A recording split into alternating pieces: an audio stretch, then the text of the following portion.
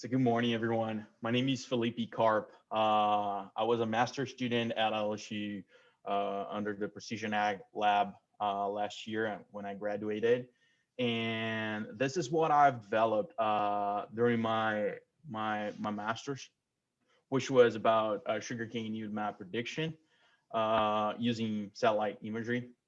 And before we dig into this whole process, I'd just like to briefly talk about the yield map because when we are in precision agriculture, we are usually talking about, I don't know if it's this in front of everything, but we're talking about a field variability. So how things change through the years and through the field from north to south or west to east. So how things change and actually how they change through the years too. And no better part of the system can tell us how those things change than the plant itself, especially for sugarcane, which is what we are actually harvesting. It's the biomass. So yield maps become an important tool for understanding this variability. So here I bring an example from a different crop. This is for corn, 3 different years, which they have yield maps for a long time, and they could build historical information. And with the historical information, they could see that the same region where you have low yields for the 3 different years are the same basically throughout the field. And also the ones with higher yields, which is in green here, it's also pretty much the same every single year. So combining all this information, we could end up with this last map, which would be a zone map, which would be used for management and managing differently the low and the high yielding zones in this field. So thinking about sugarcane, how could we use this type of yield maps? So this definitely could be used for any inputs we're gonna add. So we could use the information from yield maps to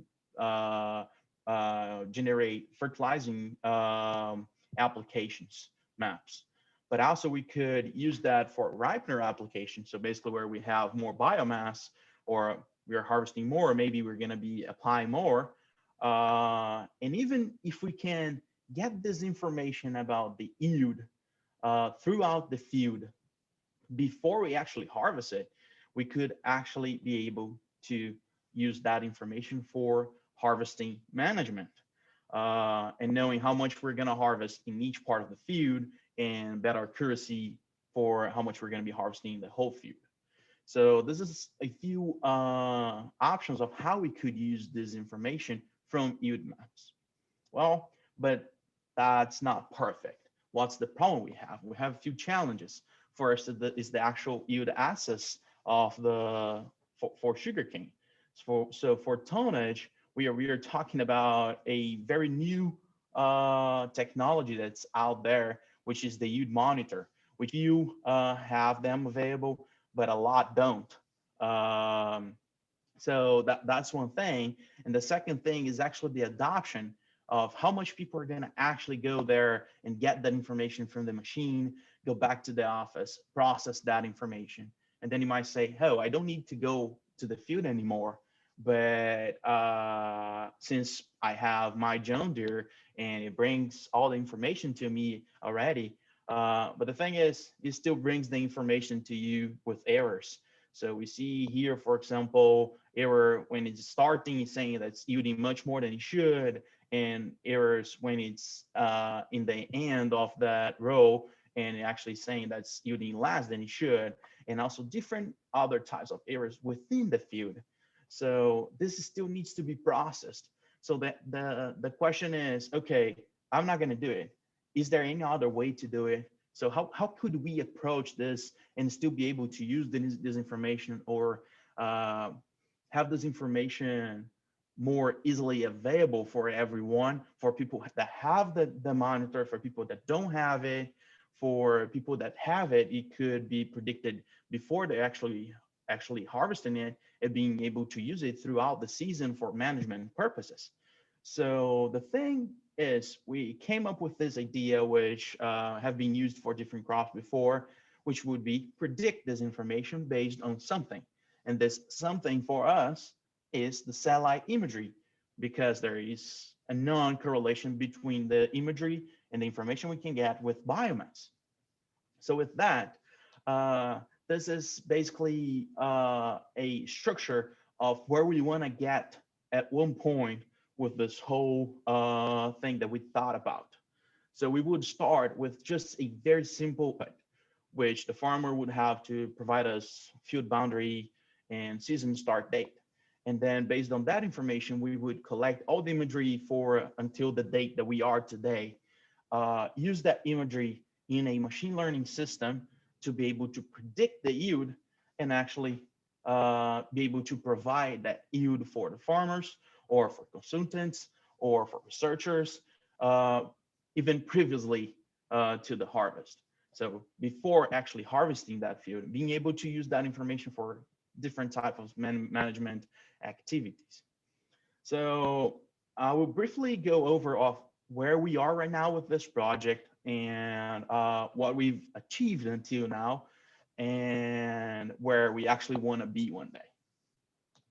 So first, for this project, what we have done until now, we used 3 different fields from 2018 to 2019 season. It was third retuned though, all the 3 fields, but we wanted to see if we would be able to predict even like when we would have like a very aged cane and being able to see if we still would have potential for that. We used as a real yield for those fields, a commercial yield monitor from John Deere. And basically what we've done is we got those boundaries, which you can see right here in this image, there's 3 fields, and we got all the information from the 2018-2019 season for satellite data. So we used a satellite, which is called PlanetScope 2. It's a 3.5 meter pixel resolution, and it has a daily revisit frequency, which means it comes by to the same field every day at least. So if we have clouds and things like that, we even could be able to get good information since it comes every day. One day it's not going to have clouds, so we're going to have a good information.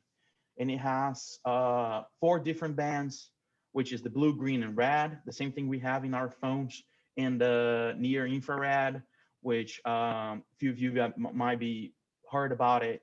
So this is what the sensor provides to us.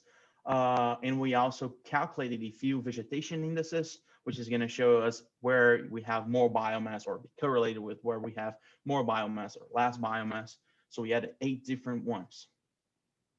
And for the image selection, instead of just getting all the images of the season, we decided we would use cumulative growth degree days and the crop phenology to be able to select a few points in the season where we would be able to have like, hey, this has a relationship with the final yield that we're going to have. So first of all, we use the base temperature as 18 degrees Celsius for sugarcane here in Louisiana, and considered the peak of tiller would happen between 500 and 800 degrees Celsius, while the tiller stabilization would be at 1200 degrees Celsius. And with that, we decided, okay, so since we have a very long season, we want to get just for the whole season, let's establish an interval of cumulative growth degree days, which we're going to collect each image. So we decided 115 degrees Celsius, which should be around the development of 2 or 3 leaves, especially in the beginning of the development. And then we came up with a total of 14 intervals, going from 115 to 1610 degrees Celsius. So we would have 14 intervals, which translates to 14 different images throughout the season. And then the next process is we have all the images.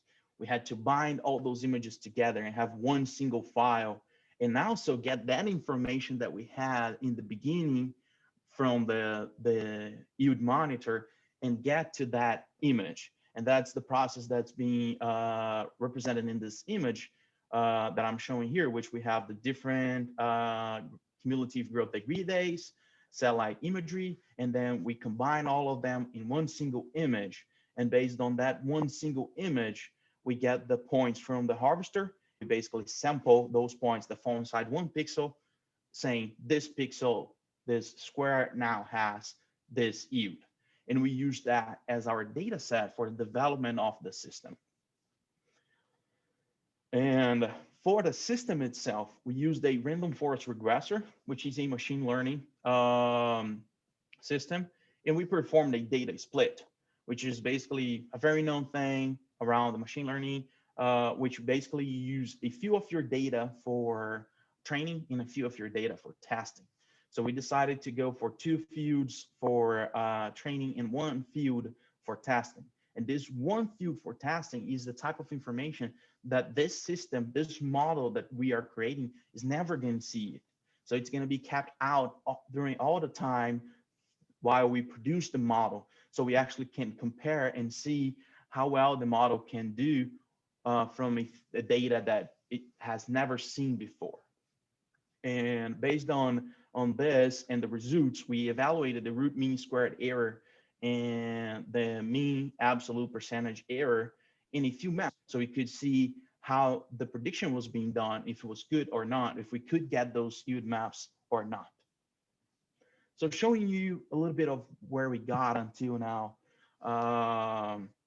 So this is the result for the test field that we kept out. So we basically used the training data set, we built the model, and we applied the model to that test field. And with that test field, we created the interpolated yield, which is the information that we came out straight out from the machine, and we filtered, we treated correctly, and then we created the map, which is this map that you can see in your left. While this one in our right is the information that we got from the prediction. So basically from the images throughout the whole season, using the 14 different growth degree days images that we have, this is the result we got. So here we are talking about an error of 3.1 tons per hectare, which translates to about 1.5, 1.6 tons per acre of error on the prediction, or it translates to 5% error overall. And when we look for the average of the field, we can see that the average for this field is almost the same for the actual yield, which came from out of the harvester, and the yield that we predicted. So this shows the potential of the system. But then we were thinking like, okay, but what about if we could predict it earlier? Can we, and when could we do that? So we created the different scenarios, total 14, which we were adding 1 image to every single scenario. And later on, we would just compare those scenarios based on the error and the correlation with the actual yield, and using a spot not test, which just brings us to groupings and let us know this group basically is the same thing, statistically speaking, the other group is same thing, statistically speaking. So, and here's the result that we got. So those are the correlations for the different scenarios, and those are the errors we've got. And basically, what we can see is that the best scenario we got total was from the 12th scenario, which is basically getting total 12 cumulative growth degree days with a minimum error of 3.12 tons per hectare, 1.5 tons per acre of error. While this error increases a little bit in the end, which we kind of relate to this probably with the maturity of the sugarcane ripener application or something like that. But basically, overall, we get 2 different groupings from the statistical analysis, in which for the first 3 scenarios, we would get just 1 single, like basically the errors are much higher when we compare it to the rest of the scenario. So basically, after the 4th cumulative growth degree day, we would be able to predict, statistically speaking, almost at the same accuracy that we would using all cumulative growth degree days. And this we can also see through the maps. So this, again, is the interpolated map, which came out of the yield monitor, and those are the maps for each scenario. And we see that even though the regions where we have low and high yields, low yields in red, orange, and high yields in green, kind of match with the regions that we also have in the interpolated map. Still, that doesn't match as good as when we move forward and we see the fourth, the fifth, and the sixth scenario here. So basically, after the fourth scenario, we basically see maps that are pretty much the same or very close to what we have on the predicted, on the actual interpolated map from the machine. So basically with this, what we are talking about is, well, according to this data and from what we have, after the fourth cumulative real degree days, we would be able to create and predict a yield map for that specifically field with a accuracy that's as good as the one we could get for the 14th. So saying that very early in the season, we could predict our yield for that field. And then we just performed a very simple analysis here, which we used a maximum of 690 cumulative real degree days, which would allow us to do any other application or anything still in the field using ground application. And we evaluated how we would obtain the zones of the field if we use the sixth scenario, which was max 690 cumulative degree days. And if we compare the zones of high and low yield zones from the actual harvester from the sixth scenario and the 12th scenario, which we consider as the best compared to what we showed before, basically the sixth and the 12th are the same maps, and they're pretty similar to what we have as the interpolated. So basically this shows that this technology has a potential to be used for management purposes in a way that we could use the zones where we have higher yields, take a few management strategies that we wouldn't take for low yielding zones, and vice versa, and use that type of information for management, but also for harvesting purposes. So overall, what we come up with, we were able to develop a framework that allows us to get a potential for the system. And we could do in season prediction very early with accuracy that we would get from the few images we got. So there's a potential for this technology, and there's a potential of building a prediction system in which the farmer could be able, or the consultants could be able to go inside, just insert the field boundary, just insert the start date of the season, and after that, would get the predictions every 115 cumulative growth degree days. Obviously, we need to do more research, different conditions, more fields, years to be able to create a very scalable model. But still, this shows the potential. It's just a scratch on the surface of going towards this process.